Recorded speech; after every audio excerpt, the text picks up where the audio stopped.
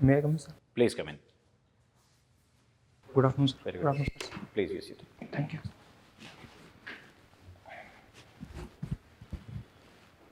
What is the importance of 9894 in your life? Sir 9 अगस्त सन 94 में मेरा जन्म हुआ था। ये मेरी जन्म तिथि है, तो उसी को मैंने अपनी ईमेल आईडी में यूज़ किया है। Very good. 9 August is famous for many things. कुछ और बताएंगे? आपका जन्म भी एक विशिष्ट दिन है वैसे। कुछ और दुनिया में घटनाओं के बारे में आप जानते हैं 9 अगस्त को क्या हुआ? सर मेरी नॉलेज में 9 अगस्त अंतर्राष्ट्रीय लेवल पर इंडिजिनस पीपल के डे के लिए मनाया जाता है। अंतर्राष्ट्रीय आदिवासी दिवस के तौर पर 9 अगस्त को मनाया जाता है सर। और कुछ? सर अभी यही याद कर। कुछ इंडियन हिस्ट्री में स्पेसिफिकली 9 अगस्त के दिन नहीं सर, अभी याद नहीं कर पा रहा हूँ इंडियन हिस्ट्री में। ओके केशव, आप अपने आप का परिचय, your medium of interview is Hindi, we have seen, तो अपना परिचय बोर्ड को ऐसे दे जिसपे हम आपका साक्षात्कार आगे ले सकें। सर जैसा कि आप जानते हैं, मेरा नाम कुमार केशव है। मैं उत्तर प्रदेश राज्य के इटावा ज़िले में स्थित लखना कस्बा से आता हूं। मैंने अपनी इंटरमीडिएट तक की परीक्षा अपने कस्बा में स्थित जनता विद्यालय इंटर कॉलेज से उत्तीर्ण की। उसके बाद सर ग्रेजुएशन के लिए मैं दिल्ली यूनिवर्सिटी आया। हंसराज कॉलेज से मैंने बीएससी प्रोग्राम में ग्रेजुएशन किया। सर उसके बाद से लगातार मैं सिविल सेवा परीक्षा में प्रयासरत हूँ और ये मेरा 5वां अटैम्प्ट है। पढ़ाई के अलावा सर अपने फ्री टाइम में मैं यूट्यूब पर टेड टॉक वीडियोज़ देखना और north Indian food dishes cook करना पसंद करता हूँ। उसके अलावा सर मैं समझता हूँ कि मेरे अंदर वो एटीट्यूड और वो वैल्यूज़ हैं जो कि एक अच्छा सिविल सेवक बनने के लिए चाहिए हैं। इसलिए मैं मानता हूँ कि सो टू थिंग, पहला चीज़ मैंने देखा कि आपने एक चीज़ जो इस बायोडाटा में बहुत प्रोमिनेंट थी वो नहीं बताई। आप बहुत ज़्यादा तक स्टूडेंट यूनियन में रिप्रेजेंटेटिव रहे हैं, आप सेक्रेटरी रहे हैं, आप वाइस प्रेसिडेंट रहे हैं किसी न किसी चीज़ के। हम ऐसे लड़के खोजते हैं बोर्ड में। आप ये बताएं कि पॉलिटिक्स को आपने कैरियर क्यों नहीं बनाया? हंसराज कॉलेज, इतनी रिस्पॉन्सिबिलिटी आपकी रही, एक कॉस्मोपॉलिटन पूरा जो चीज़ होगा उस कॉलेज में आपने देखा होगा, तो आपने कभी ऐसा नहीं सोचा कि youth like you have to come to join politics, ये चीज़ें बदलनी चाहिए? ज़रूर सर, ये बात से मैं सहमत हूँ कि यूथ को पॉलिटिक्स में आना ही चाहिए।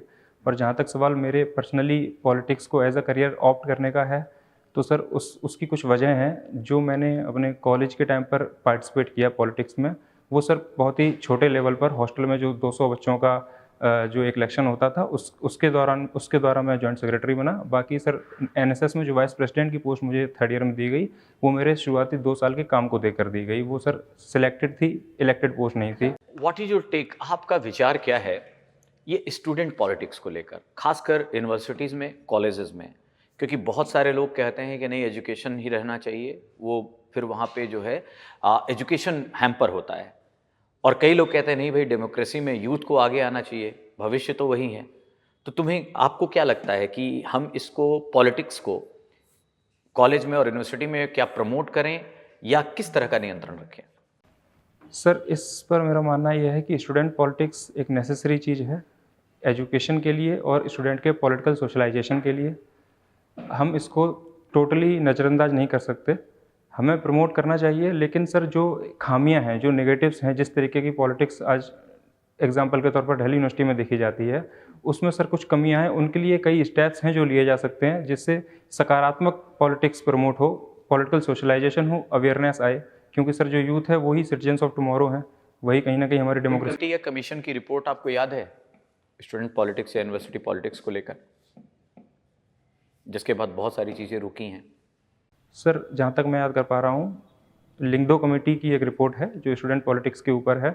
वो फॉर्मर चीफ इलेक्शन कमिश्नर के। कोई एक पॉइंट बताएंगे, कोई इंपॉर्टेंट सबसे जो लगा कि guideline this is good Lyngdoh committee की? सर उसमें कई पॉइंट्स हैं। सबसे पहले ये कि उसमें इलेक्शन कंटेस्ट करने के लिए एज क्राइटेरिया रखा जाएगा। उसमें अंडर ग्रेजुएट लेवल पर और पोस्ट ग्रेजुएट लेवल पर एज क्राइटेरिया होगा। नंबर 2 ये है कि उसमें जो नेशनल लेवल पॉलिटिकल पार्टीज़ हैं उनका कोई हस्तक्षेप नहीं होगा। नंबर 3 उसमें दोबारा कंटेस्ट करने के लिए एलिजिबिलिटी नहीं रहेगी। इस तरीके के कोई ड्यू से उस कॉलेज से या दिल्ली यूनिवर्सिटी से स्टूडेंट लीडर जो प्रोमिनेंट लीडर बना हो देश का, 2-4 नाम बताइए। सर एक तो अभी जो हाल में जिनका निधन हुआ अरुण जेटली जी थे, वो टूसू में रहे। उसके अलावा सर मेरे कॉलेज से ही किरण रिजिजू जी हैं, वो भी कॉलेज टाइम पर स्टूडेंट पॉलिटिक्स में रहे। क्या मिनिस्ट्री मिली है उनको? सर रिसेंट जो रिशफल हुआ है उसमें एग्जैक्ट याद नहीं कर पा रहा हूँ सर। जो अभी चेंज हुआ है उसमें पहले तो स्पोर्ट्स मिनिस्टर थे सर, अभी एग्जैक्ट याद नहीं कर पा रहा हूँ, कन्फ्यूज हूँ। ओके, आपने बीएससी की 14 में हंसराज कॉलेज से। जो भी जाता है हंसराज कॉलेज, चूँकि आपका जब सिलेक्शन बीएससी में हुआ होगा तो मेरिट से हुआ होगा, है ना, जो आपने +2 में मार्क्स पाए होंगे। उसके बाद आपने इतने अच्छे 7 साल हो गए, तो आप जैसे लड़के को नहीं लगता कि ये 7 ईयर हमने फैमिली के लिए, सोसाइटी के लिए, आपने अपने लिए दिया, अपने ज्ञान अर्जन किया, but 7 year is huge gap, कैसे जस्टिफाई करते हैं?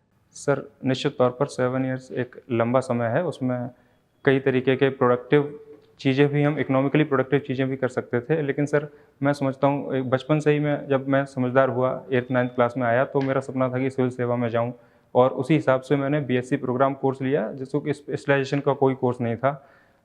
बट सर कुछ ना कुछ कारणों से मैं 2016 से लगातार प्रयासरत हूँ, लेकिन किसी न किसी स्टेप पर मैं कम पड़ा और मेरा सिलेक्शन नहीं हो पाया। बातें याद हैं आपको फिजिक्स, मैथ, केमिस्ट्री की? सर माफ़ी। तीनों में अगर हम बात करना चाहें तो इन तीनों में, चूंकि आपने समय बताया और बड़ी ऑनेस्टी से स्वीकारा, इन तीनों में अगर किसी पे बात करनी हो 2-4 क्वेश्चन, तो हम किस पे, फिजिक्स, केमिस्ट्री या मैथ? सर फिजिक्स पर थोड़ा बहुत मैं कुछ याद कर पा रहा हूँ, बाकी सर लंबा समय हो चुका है तो बहुत अच्छे से तो मैं नहीं रिकॉल कर सकता हूँ, इसमें मैं माफ़ी चाहूँगा सर। अच्छा, लेकिन कुकिंग भी है और केमिस्ट्री भी है, कम से कम सैचुरेटेड और अनसैचुरेटेड ऑयल की अगर हम या फैट की बात करें, जब आप खाना पकाते हैं, और कौन सा वैसे फैट जो है ज़्यादा नुकसानदायक है शरीर के लिए? सर सैचुरेटेड फैट ज़्यादा नुकसानदायक होता है, वो लो डेंसिटी जो लिपोप्रोटीन होता है, बैड कोलेस्ट्रॉल, वो बढ़ाता है। कैसे अंतर करते हैं? Which is known to be saturated, which is known to be unsaturated? Saturated का मतलब है जो उसका फॉर्मूला रहता है, उसमें सिंगल बॉन्ड रहते हैं सारे, हाइड्रोजन से सैचुरेटेड रहता है वो जो कार्बन के बॉन्ड्स होते हैं, और अनसैचुरेटेड में डबल बॉन्ड्स होते हैं। यही बेसिक अंतर है दोनों में। डबल, केवल अनसैचुरेटेड में केवल डबल बॉन्ड होते हैं? नहीं सर, मोर देन 1 बॉन्ड्स उसमें होते हैं। अच्छा, अभी यू आर फ्रॉम इटावा, क्यों फेमस है? सर इटावा कई चीज़ों के लिए फेमस है। अगर हिस्टोरिकली बात करना चाहूँ तो जो 1857 की जब क्रांति हुई थी, तो सर एक बहुत फेमस नाम है हमारी हिस्ट्री में, ए.ओ. ह्यूम, वो वहाँ पर हमारे एरिया के कलेक्टर थे उस समय। नंबर 2 सर, जहाँ से जिस कस्बे से मैं आता हूँ, वहाँ पर एक प्रसिद्ध माता जी का मंदिर है, कालका देवी मंदिर। उसकी सर विशेषता ये है कि वो 2 सोशल मैसेज देता है। नंबर 1, वो प्री इंडिपेंडेंस टाइप का मंदिर है, और उस मंदिर में शुरू से ही जो उसके पुजारी रहे हैं वो दलित वर्ग के रहे हैं। नंबर 2 सर, उस मंदिर के अंदर दूसरा मंदिर के अलावा और बात? सर थर्ड, हमारी जो इटावा एरिया है वो सर कुछ लोगों की वजह से भी फेमस है। जो पूर्व मुख्यमंत्री माननीय अखिलेश यादव जी और उनके पिताजी, वो उनका गृह जनपद है। और सर बॉलीवुड के एक बहुत प्रसिद्ध गीतकार जो लिरिसिस्ट थे, नीरज जी, गोपाल दास नीरज जी, उनका जन्म भी इटावा जिले में हुआ था सर। सर कविता तो नहीं, लेकिन बॉलीवुड सॉन्ग मैं सुनता हूँ उनके, वो मुझे याद है सर। अच्छा, उन्होंने एक बड़ी अच्छी बात लिखी, सोशियोलॉजी का आप स्टूडेंट हैं, आपने ऑप्शनल सोशियोलॉजी ले लिया। उन्होंने एक लाइन लिखी, विचित्र चित्र देख के हैरान हो गया, जो आदमी न बन सका भगवान हो गया। Comment on it. सर इसमें मेरी समझ से वो जो यथार्थ है, जो सोशल रियलिटी है समाज की, उसके ऊपर टिप्पणी कर रहे हैं। वो ये कहना चाह रहे हैं कि जो हमारा समाज है, इसमें जो ह्यूमैनिटी की जो वैल्यूज़ हैं, जो हमें मानव बनाती हैं, उन वैल्यूज़ की इतनी कमी है। लेकिन उसके बावजूद भी कई लोग इस तरीके से, जो उनका आउटवर्ड अपीयरेंस रहता है कि वो जैसे गॉडमैन की हम बात करें, तो वो इस चीज़ पे टिप्पणी करना चाह रहे हैं कि मतलब इंसान हम बन नहीं सकते और भगवान बनने की बात करते हैं, या उस तरीके का हम अपना आचरण दिखाते हैं, शो कुछ करते हैं और अंदर कुछ होता है। अपने इटावा को सोशियोलॉजिकल पॉइंट ऑफ व्यू से डिफाइन करूं। आपने बहुत सारी बातें बताई। मैं सोसाइटी, जो मेन एट्रीब्यूट्स हैं इटावा की सोसाइटी के, 3 और 4 मेजर एट्रीब्यूट्स बताइए। सर इटावा एक प्रिडोमिनेटली रूरल सोसाइटी है। दो वहाँ पर जो अगर हम सेंसस के क्राइटेरिया से देखें तो वो अर्बन एरिया में आएगा, लेकिन जो सामाजिक क्राइटेरिया अगर हम अपनाएं तो वो रूरल सोसाइटी है, एग्रीकल्चर बेस्ड है। नंबर 2, वहाँ पर सर जो मॉडर्निटी का इन्फ्लुएंस है उतना नहीं है, अभी भी वहाँ ट्रेडिशन प्लस मॉडर्निटी या चेंज इन कंटिन्यूटी वाला फीचर दिखता है। नंबर 3 सर, इटावा मैंने देखा है कि जो समझा है, इटावा पॉलिटिकली काफ़ी एक्टिव और पॉलिटिकली अवेयर वहाँ के लोग हैं। पॉलिटिक्स वहाँ काफ़ी गहरे स्तर पर देखी जा सकती है। उसके अलावा सर फैमिली वैल्यूज़ की यदि हम बात करें तो जो ट्रेडिशनल फैमिली वैल्यूज़ हैं वो वहाँ पर अभी भी पाई जाती हैं, और इसी तरह से रिलीजन अगर हम इंस्टीट्यूशन की बात करें तो वो भी कई हद तक एक ट्रेडिशनल वे में फॉलो किया जाता है सर। अच्छा, जो आपने इतनी सारी चीज़ों में आपने 7 साल तक जो एक्सपीरियंस किया, आफ्टर कंप्लीटिंग योर ग्रेजुएशन संपूर्ण के बाद 7 साल जब रहा, तो आपका बेस्ट एक्सपीरियंस जो आप बोर्ड को समझाना चाहें और वर्स्ट एक्सपीरियंस जो आप बोर्ड को बताना चाहें? सर जो 7 साल गुजरे हैं इनमें जो मेरी लाइफ के बेस्ट और वर्स्ट एक्सपीरियंस रहा है वो मैं बताना चाहूँगा। सर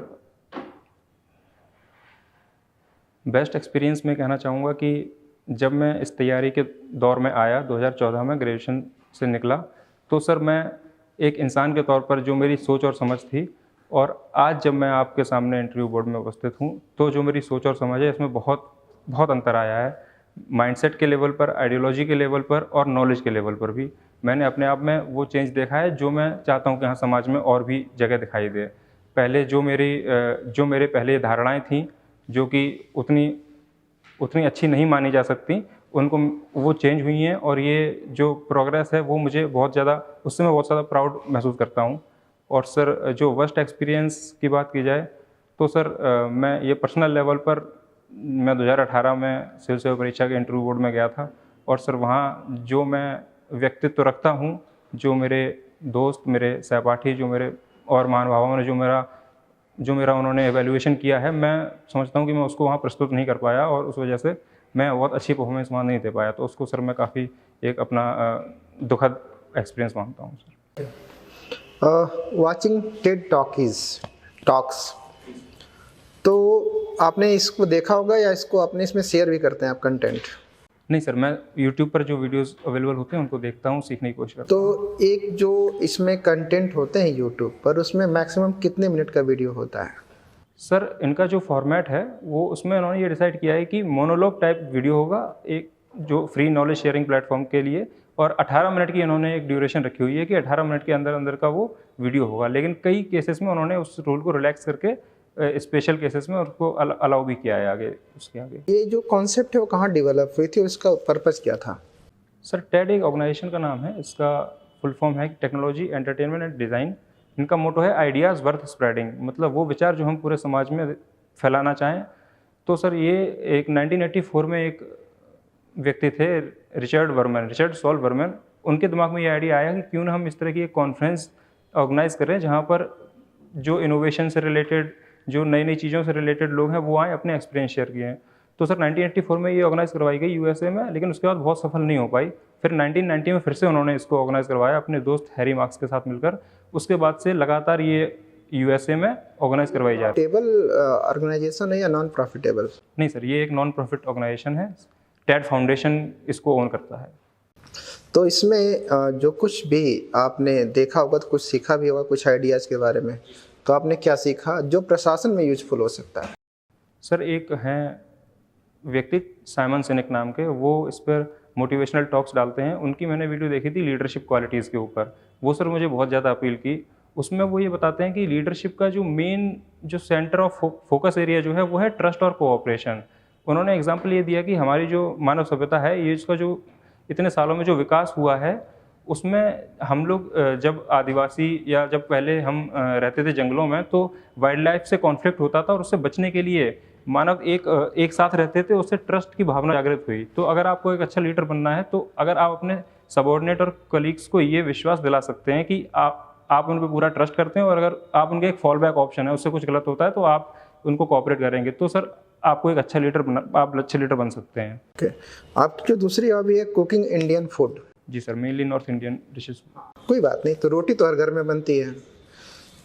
जनरली जो एक रोटी होती है उसमें कितनी कैलोरी होती है, और उसमें अगर घी लगा दें तो कितनी कैलोरी उसमें और बढ़ जाएगी?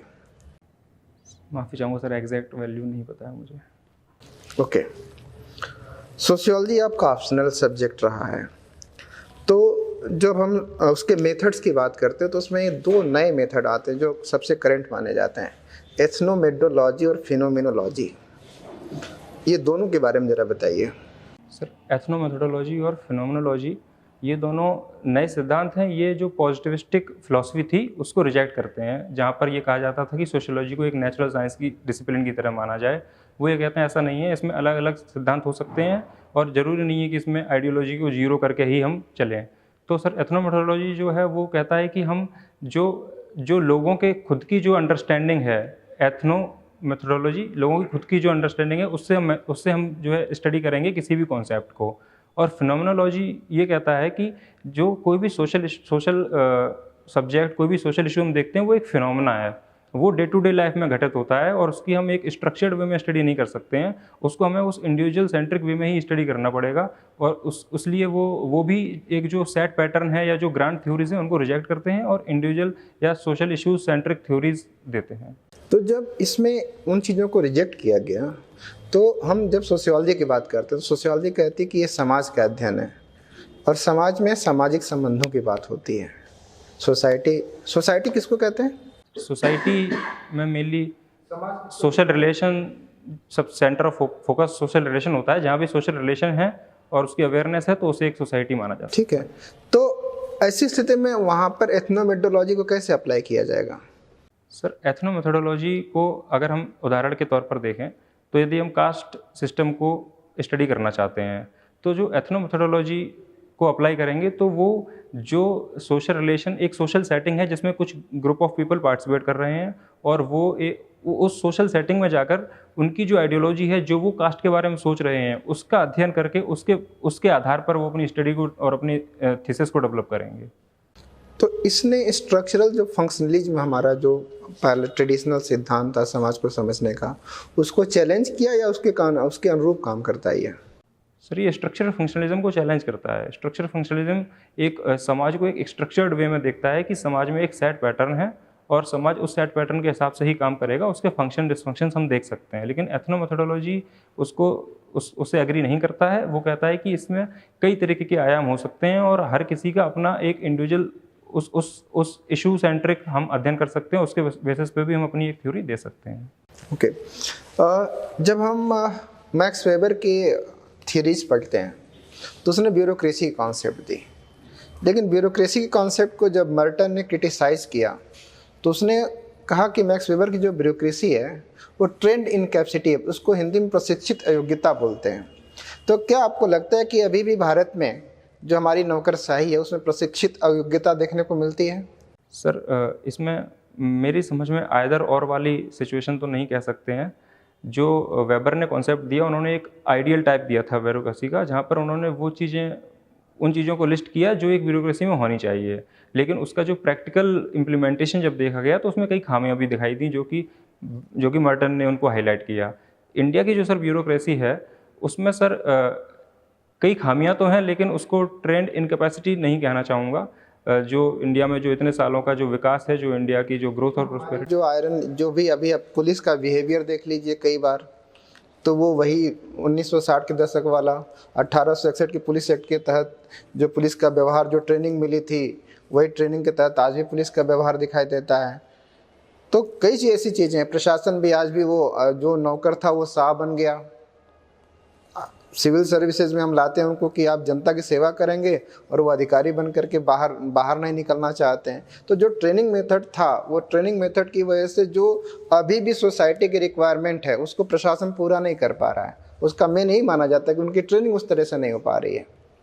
तो जो ट्रेनिंग कभी समाज को एक अच्छा सर्विस देने के लिए बनी थी, वो मॉडर्न सोसाइटी में उनके लिए इनकैपेसिटी की तरह काम कर रही है। सर, निश्चित तौर पर ये तो है कि उसमें ड्रॉबैक्स तो कई सारे हैं और उसमें लगातार रिफॉर्म की ज़रूरत भी है। जैसे कि सरकार ने भी मिशन कर्मयोगी की बात भी की है। लेकिन सर उसको मैं टोटली सिनिकल व्यू के साथ नहीं जाना चाहूँगा।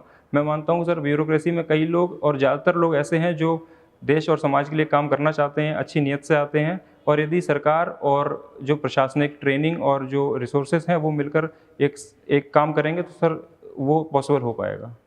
ओके, इंडियन सोसाइटी की अगर बात करें तो योगेंद्र सिंह ने कंटिन्यूटी और चेंज की बात की है, तो इंडियन सोसाइटी में क्या क्या आप निरंतरता और क्या क्या परिवर्तन देखते हैं? सर, इंडियन सोसाइटी में ये पेक्यूलियर एक थिंग देखी गई है कि जो मॉडर्निटी आई, मॉडर्नाइजेशन हुआ, उससे टोटल चेंज नहीं हुआ, ब्रेकडाउन नहीं हुआ, बल्कि कंटिन्यूटी और चेंज दोनों साथ चले। अगर सर इसको इंस्टीट्यूशनल लेवल पर देखना चाहें तो अगर हम सबसे पहले फैमिली एज एन इंस्टीट्यूशन लेते हैं, उसमें सर जॉइंट फैमिली थी। मॉडर्नाइजेशन थ्योरी कहती है कि वो न्यूक्लियर फैमिली में चेंज हो जाएगी, लेकिन सर जो हमने देखा और पाया रिसर्च में, उसमें देखा गया कि इंडिया में न्यूक्लियर हाउस होल्ड तो बने, पति पत्नी अपने बच्चों के साथ बाहर तो निकले, लेकिन जो उनका कनेक्शन है, इमोशनल कनेक्शन या इकोनॉमिक कनेक्शन है जॉइंट फैमिली से, वो खत्म नहीं हुआ, तो ये एक्सटेंडेड न्यूक्लियर फैमिली बन गए। तो सर ये एक चेंज इन कंटिन्यूटी की बात हो गई। नंबर 2, अगर हम रिलीजन की बात करें, रिलीजन एक सोशल इंस्टीट्यूशन है जो कि चेंज होता रहता है सोशल नीड्स के साथ साथ। तो सर मॉडर्नाइजेशन थ्योरी ये मानती थी कि रिलीजन जो है डिसअपियर हो जाएगा और ब्यूरोक्रेटिक सोसाइटी यानी मॉडर्न सोसाइटी में रेशनैलिटी ही प्रिवेल करेगी। लेकिन सर इंडियन सोसाइटी में देखा गया कि जो रिलीजन है उसने अडेप्ट किया है अपने आप को मॉडर्न सोसाइटी की तरफ से के नीड्स के बेसिस पे, और अब आज रिलीजन आप इलेक्ट्रॉनिक मेथड से दर्शन कर सकते हैं, कोरियर से अपना प्रसाद मंगवा सकते हैं। तो इस तरह से सर चेंज तो आया है, हमने वो टेक्नोलॉजी तो अडॉप्ट करी है, लेकिन वो ब्रेकडाउन वाला चेंज नहीं है, उसमें पारंपरिक जो ट्रेडिशन है वो भी चल रहा है और साथ साथ मॉडर्न एलिमेंट्स भी चल रहे हैं। Okay, one more question. अभी रिसेंटली आपने देखा होगा कि बिल गेट्स और उनकी वाइफ ने नियर अबाउट द 60 साल के बाद, उन्होंने 60 साल की मतलब एज के बाद उन्होंने डाइवोर्स ले लिया, और इतने संपन्न आदमी वर्ल्ड के रिचेस्ट पर्सनालिटीज में से आते हैं, वहाँ पर ये ट्रेंड दिखाई दे रहा है, लेकिन इंडियन सोसाइटी में इस तरह का ट्रेंड क्यों नहीं दिखाई देता है तलाक का? सर यदि हम वेस्टर्न सोसाइटी और इंडियन सोसाइटी में जो डाइवोर्स रेट है उसमें जो डिफरेंस है उसका एनालिसिस करें तो मैं पाता हूँ कि नंबर 1 जो फैमिली वैल्यूज़ हैं, हमारी जो फैमिली वैल्यूज़ हैं, जो मैंने बताया अभी कि हम अभी भी एक्सटेंडेड न्यूक्लियर फैमिली में रह रहे हैं, वो वेस्टर्न सोसाइटी से बहुत ज़्यादा स्ट्रॉन्ग हैं। उन फैमिली वैल्यूज़ का इम्पैक्ट रहता है। नंबर 2 सर जो हमारी वुमेन एम्पावरमेंट की हम जो बात करते हैं, कई केसेस में दुर्भाग्यपूर्ण स्थिति है, लेकिन ऐसा भी होता है कि जहाँ पर वुमेन जो है वो खुश नहीं है, उसके ऊपर एक्सप्लॉयटेशन हो रहा है, लेकिन फिर भी वो तलाक नहीं ले पाती है, तो वो एक नेगेटिव कॉनोटेशन है, लेकिन वो भी वजह है कि तलाक रेट कम है।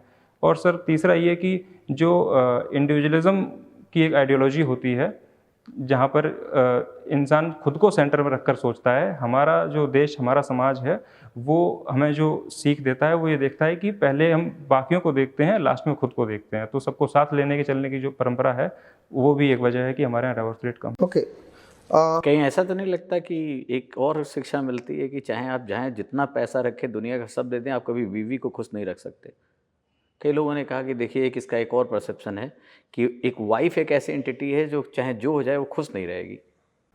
नहीं सर, मैं इससे सहमति नहीं रखता हूँ। ये तो सर अगर पर्टिकुलर गेट्स कपल की बात करें तो उनके इंडिविजुअल डिसीजन पे होगा, लेकिन अगर जनरल बात करी जाए तो सर ऐसा तो कुछ नहीं है कि हम जनरलाइज नहीं कर सकते हैं कि वाइफ एक ऐसी एंटिटी है। ओके, सपोज दैट आप कलेक्टर हैं और एक फैमिली में एक बच्चा और उसकी माँ आपके पास आती है एक एप्लीकेशन लेकर के कि मेरे हस्बैंड कल से गायब हैं और उनको खोजिए, इस बच्चे का एग्ज़ाम है कल से और एग्ज़ाम वो बहुत परेशान है मेंटली कि उसके पापा गायब हैं और उसकी इंफॉर्मेशन नहीं मिलेगी तो वो एक बच्चा एग्ज़ाम अच्छे से नहीं दे पाएगा, और आप ये बात यहीं ख़त्म हो जाती है। एप्लीकेशन लेने के बाद जब आप विजिट पे जाते हैं और किसी थाने में पहुंचते हैं तो पता चलता है कि एक आदमी गिरफ्तार है। आप जब उससे मिलते हैं तो उसका हुलिया उस महिला के पति से मिलता है, और बाकी जब उससे इंफॉर्मेशन लेते हैं तो पता चलता है कि वो चोरी के अपराध में गिरफ्तार हुआ है और उसने मना किया कि इसकी जानकारी आप मेरे परिवार को मत दीजिए क्योंकि ऐसी स्थिति में मेरे बच्चे का एग्ज़ाम प्रभावित होगा। और चोरी इसलिए किया ताकि वो बच्चे के स्कूल की फ़ीस दे सके, एग्ज़ाम के पहले बच्चे के स्कूल की फ़ीस भरनी थी। अगर आप जानकारी ना दें तो बच्चे का एग्ज़ाम प्रभावित होगा, और जानकारी देते हैं तो भी उसका नहीं देते हैं तो बच्चे का तब भी एग्ज़ाम प्रभावित होगा, और देते हैं तब भी प्रभावित होगा कि उसके पापा एक चोर हैं। कैसे इस घटना को टैकल करेंगे? समाजशास्त्र के स्टूडेंट हैं आप? सर इसमें मैं अपनी स्टेप वाइज अप्रोच रखूँगा। सबसे पहले मैं ये इंश्योर करूँगा कि ये वही इंसान हैं जो जिन महिला के पति हैं। जी जी। उसके बाद सर मैं इंक्वायरी करूँगा पूरी कि ये किस, अगर ये इंश्योर हो जाता है कि ये चोरी के जुल्म में ही गिरफ़्तार हुए हैं, तो सर मैं व्यक्तिगत तौर पर ये कोशिश करूँगा कि उस बच्चे का एग्ज़ाम पर असर नहीं पड़ना चाहिए। तो सर मैं उनको बुलाकर उन्हें पर्सुएड करूँगा, उनसे कहूँगा कि मैंने अपना जो भी रिसोर्सेज़ हैं वो इसलिए लगा रखे हैं कि उस बच्चे के पापा का जल्द से जल्द पता लगे, और उनकी जो वाइफ़ हैं उनको सर मैं पर्सनली ये बात बताऊँगा कि ऐसे-ऐसे इस जुर्म में आपके पति गिरफ़्तार हुए हैं और ये आपकी रिस्पॉन्सिबिलिटी है, और मैं भी इसमें आपकी हेल्प करूँगा कि आपके बच्चे पर इसका इफ़ेक्ट ना आए। तो उसको कल तक के लिए ये पर्सुएशन करके समझाओ कि आप कल एग्ज़ाम देने जाओ और प्रशासन आपके साथ है और वो आपके पापा को ढूँढ निकालेगा। और रही बात उनके चोरी के जुर्म की, तो सर मैं ये देखूँगा कि उनकी अगर आर्थिक स्थिति इतनी ख़राब है तो प्रशासन से जो हेल्प हो सकती है वो उन फैमिली को कराई जाए। लेकिन यदि उस बच्चे के पिता ने चोरी की है तो सर उसका मोटिव कुछ भी हो, लेकिन वो गलत है तो उसके ऊपर जो भी कानूनी कार्रवाई है वो करी जाएगी सर। कुछ दिन पहले ऑस्ट्रेलियाई सांसद ने कहा कि कोविड प्रबंधन हेतु हमें यूपी के मुख्यमंत्री या पार्लियामेंटेरियन जैसे योगी आदित्यनाथ जैसे व्यक्ति की हमें भी ज़रूरत है। लेकिन मैं समझता हूं कि जिस प्रकार से उत्तर प्रदेश में कोविड को लेकर के लापरवाही बरती गई, इसके उदाहरण के तौर पे हम देख सकते हैं कि प्रिंट मीडिया में बहुत जगह दिखाई गई कि किस प्रकार से गंगा के किनारे प्रयागराज का फ़ोटो दिखाया गया कि वो दफनाया गया है ना, हज़ारों की संख्या में लाशें बहती हुई देखी गई, ऑक्सीजन को लेकर हाहाकार देखा गया। क्या आपको लगता है कि वाकई उत्तर प्रदेश की सरकार के द्वारा कोविड के क्राइसिस से निपटने के लिए उचित प्रबंधन का तरीका अपनाया गया? सर ये बात तो निश्चित तौर पर ठीक है कि जब सेकेंड वेव आई तो उसके प्रिवेंशन के जो एस्पेक्ट थे उनके ऊपर लापरवाही हुई है, और उतना सजग हमारी सरकार नहीं थी जो सेकेंड वेव को रोक सके। और सर सेकेंड वेव में ये देखा गया जो ग्राफ था केसेस का बहुत तेज़ी से बढ़ा, डेल्टा वेरिएंट के कारण पता लगाया है कि इतनी तेज़ी से बढ़ा था। तो सर जो प्रिवेंशन के एस्पेक्ट थे उस पर तो सरकार ने अच्छा काम नहीं किया, ना ही कोई जीनोम सीक्वेंसिंग हुई जिससे नए वेरिएंट्स का पता लगाया जाए, ना ही जो गार्ड था वो लोअर कर दिया गया कोविड अप्रोप्रिएट बिहेवियर को लेके, वैक्सीनेशन की में भी ढिलाई थी। तो सर जब केस इतनी तेज़ी से बढ़े तो उस समय किसी भी सरकार के लिए ये मैनेजेबल नहीं था। जो ऑक्सीजन की डिमांड थी फर्स्ट वेव में sir peak demand 3000 metric ton की थी, सेकंड वेव में 9000 मीट्रिक टन की थी। फर्स्ट वेव में जो ऑक्सीजन सपोर्ट में पेशेंट थे वो 50,000 थे, सेकंड वेव में 1.5 लाख थे। तो सर वहाँ पर तो 15-20 दिन का जो समय था वो तो बहुत ही दुखद था, उसमें सरकार से गलतियाँ हुई और सरकार उतना मैनेज भी नहीं कर सकती थी।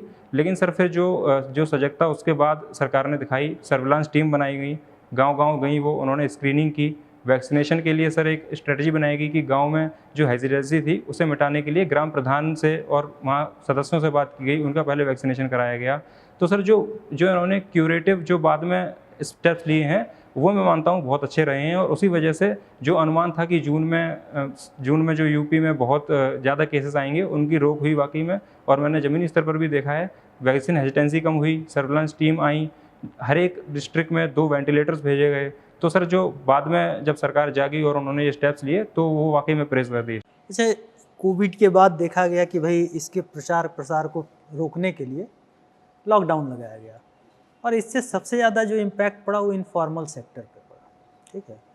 और अगर हम देख लें कि एजुकेशन के क्षेत्र पे अगर हम जाते हैं तो बच्चे घर में बैठ कर के ऑनलाइन क्लासेस की सुविधा बहुत सारी प्रोवाइड करा दिए गए। एक शास्त्र के स्टूडेंट होने के नाते आप ये बताइए, पिछले 1-1.5 साल से जो बच्चे ऑनलाइन शिक्षा ग्रहण कर रहे हैं इसका उनके सामाजिकरण पर क्या प्रभाव पड़ेगा? सर निश्चित तौर पर जो सोशलाइजेशन प्रोसेस है बच्चों का वो कहीं ना कहीं इम्पैक्ट तो काफ़ी ज़्यादा हुआ है। जब बच्चे स्कूल जाते हैं तो वहाँ सोशलाइजेशन सर मेनली 2 तरीके से होता है, फॉर्मल और इनफॉर्मल। इनफॉर्मल तो होता है घर पर, और फॉर्मल होता है स्कूल जैसे इंस्टीट्यूशन में जहाँ पर उन्हें अपने हम उम्र लोग मिलते हैं, जूनियर्स मिलते हैं और सीनियर्स और टीचर्स भी मिलते हैं। तो सर वो जो सोशलाइजेशन का प्रोसेस था वो काफ़ी इम्पैक्ट हुआ है। ऑनलाइन एजुकेशन जो दी जा रही है वो उसका जो उद्देश्य है वो ये है कि टोटल जो वेस्टेज ऑफ टाइम हो रहा था वो ना हो, लेकिन सर जो स्कूल में जाकर जो शिक्षा दी जाती है उसके बराबर वो नहीं पहुंच पा रही है। तो सर डेफिनेटली एक नेगेटिव इम्पैक्ट आया है सोशलाइजेशन प्रोसेस पर। अच्छा, अभी इधर देखा जा रहा है कि तालिबान जो है फिर से सशक्त होता जा रहा है ना, यूएसए के हटने के बाद से।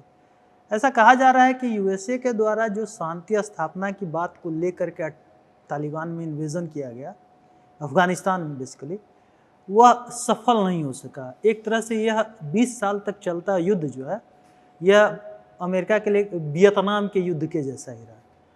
क्या आपको ऐसा लगता है कि वाकई अमेरिका की हार हुई अफगानिस्तान में, पहला? और दूसरा ये बताइए कि अगर तालिबान सशक्त होता है तो उसका दक्षिण एशिया की राजनीति, भू राजनीति पे क्या प्रभाव पड़ेगा? सर निश्चित तौर पर अमेरिका की हार तो हुई है, ये उनकी बहुत बड़ी स्ट्रेटेजिक डिफीट है। उसके कारण कुछ भी हो सकते हैं। उसका एक कारण ये है कि पाकिस्तान का जो लेवरेज है तालिबान के ऊपर, वहाँ जो उन्हें सेंचुरी मिलती है, वहाँ जाकर वो छिपते हैं, उनसे पूरा सपोर्ट रहता है, वो है एक। और दूसरा ये कि हिस्टोरिकली देखा गया है कि अफ़गान को जीतना बहुत मुश्किल रहा है। ये शुरू से ट्रेंड रहा है कि उन्होंने जल्दी हार नहीं मानी है। तो अमेरिका की डिफीट तो निश्चित तौर पर हुई है और इसमें कोई शंका नहीं है। नंबर 2 सर, जो साउथ एशिया की जियोपॉलिटिक्स पर इसका इम्पैक्ट है वो सर बहुत गहरा इम्पैक्ट पड़ने वाला है। सबसे पहले जो साउथ एशिया में अगर इंडिया की बात करें तो सर इस समय इंडिया की विदेश नीति जो है वो ये समझ रही है कि हमारे पास बहुत ज़्यादा ऑप्शंस अभी नहीं हैं अफ़गानिस्तान सिचुएशन को लेकर के, क्योंकि तालिबान सशक्त हो रहा है, पाकिस्तान का लेवरेज उनके ऊपर है। तो इस समय इंडिया के फेवरेबल कंडीशंस नहीं हैं। इंडिया ने जो वहाँ इन्वेस्टमेंट की है, जो डेवलपमेंटल एफर्ट्स हैं, उन पर भी कहीं ना कहीं आशंका जताई जा रही है उनके भविष्य पर। नंबर 2 सर, पाकिस्तान की अगर बात करें तो पाकिस्तान के लिए ये एक डिप्लोमेटिक विक्ट्री जैसा दिख रहा है। इसलिए अब ये भी आशंका है कि कश्मीर में या इंडिया को लेकर जो पाकिस्तान में जो जिहादी संगठन काम करते हैं उनको और बल मिलेगा, वो और सशक्त होंगे।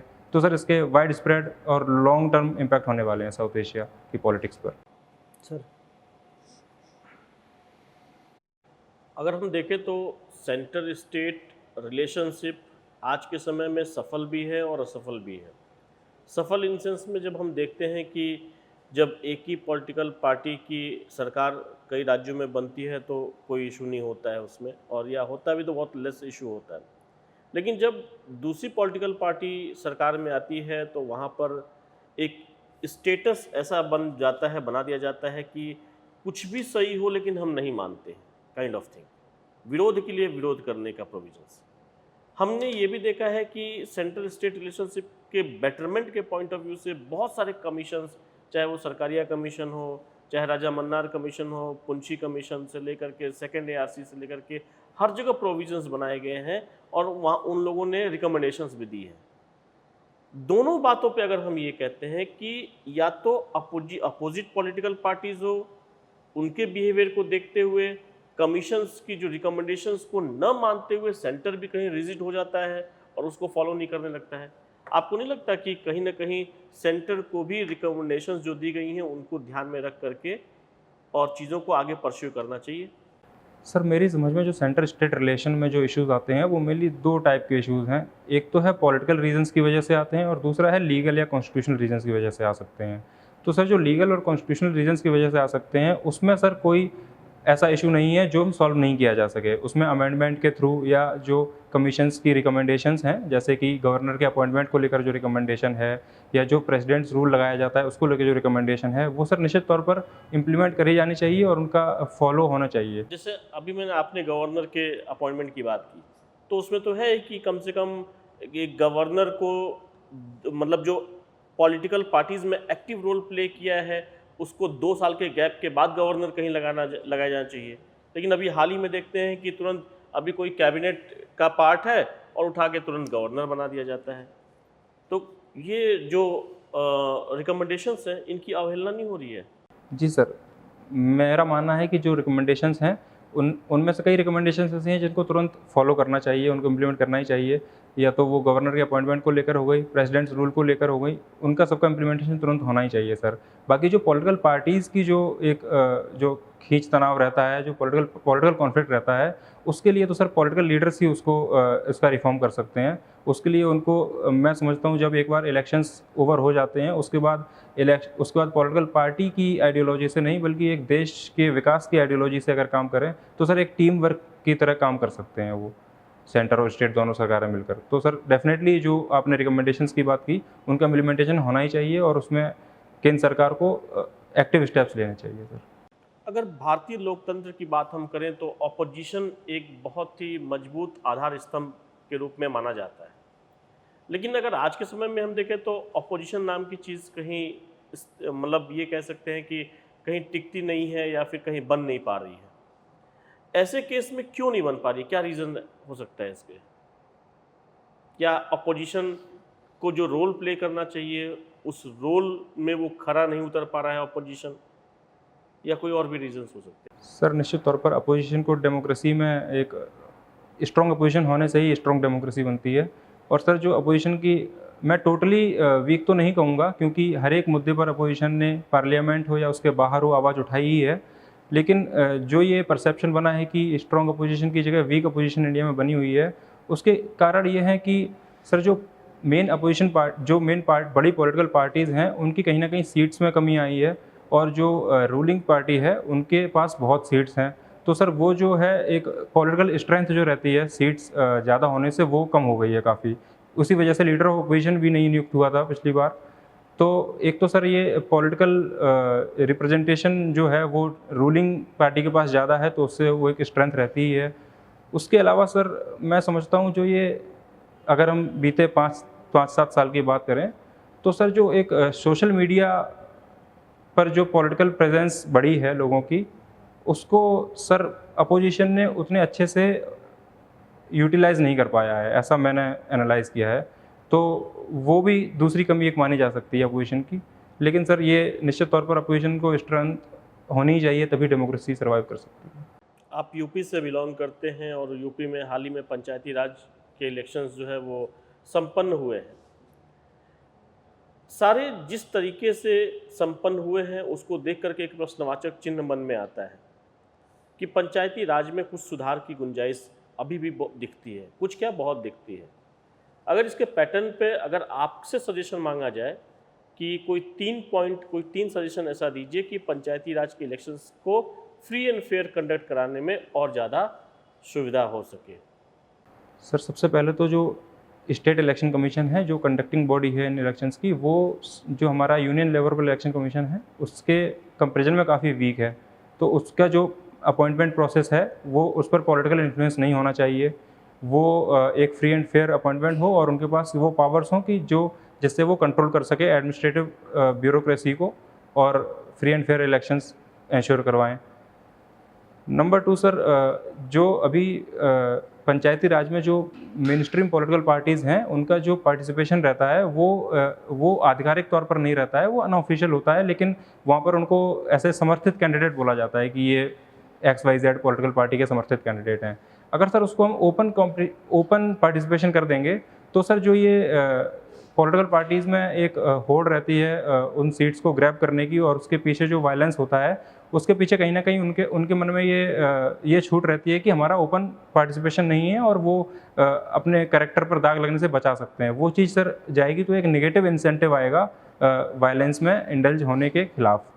सर इन बिंदुओं से मुझे लगता है सुधार पंचायती राज में किया जा सकता है। और सर तीसरा बिंदु, हमेशा ही डेमोक्रेसी में इलेक्शन प्रोसेस में जो सिटीजनरी है, जो इलेक्टोरेट है, उसकी पॉलिटिकल सोशलाइजेशन और अवेयरनेस की ज़रूरत होती है। अगर लोकल लेवल पर जो वोट देने वाला इंसान है वो इतना अवेयर हो जाएगा कि हमें जो है कैंडिडेट की योग्यता पर वोट देना है, वो जो कास्ट बेस्ड पॉलिटिक्स है या जो कम्युनल पॉलिटिक्स है उसमें नहीं जाना है, तो सर एक सिस्टमिक वोटर अवेयरनेस ड्राइव अगर कराई जाए तो सर इन बिंदुओं से मुझे लगता है पंचायती राज इलेक्शन में सुधार किया जा सकता है। मेरा लास्ट क्वेश्चन, हम देखते हैं कि हमारे कॉन्स्टिट्यूशन में फंडामेंटल राइट्स है और फंडामेंटल राइट्स में एक बहुत ही इंपॉर्टेंट फंडामेंटल राइट है right to religion irrespective of religion, race, caste, creed. ठीक है, कास्ट नहीं, रिलीजन इरेस्पेक्टिव ऑफ। अगर हम यहाँ पे देखते हैं तो गवर्नमेंट के बहुत सारे ऐसे डिसीजन और फैसले हैं जो कि रिलीजियस एक्टिविटीज़ को रोक रही हैं। जैसे अगर देखें तो कांवड़ यात्रा है जो हर एक हिंदू के भाव से जुड़ा हुआ है, उसको अभी बैन कर दिया गया।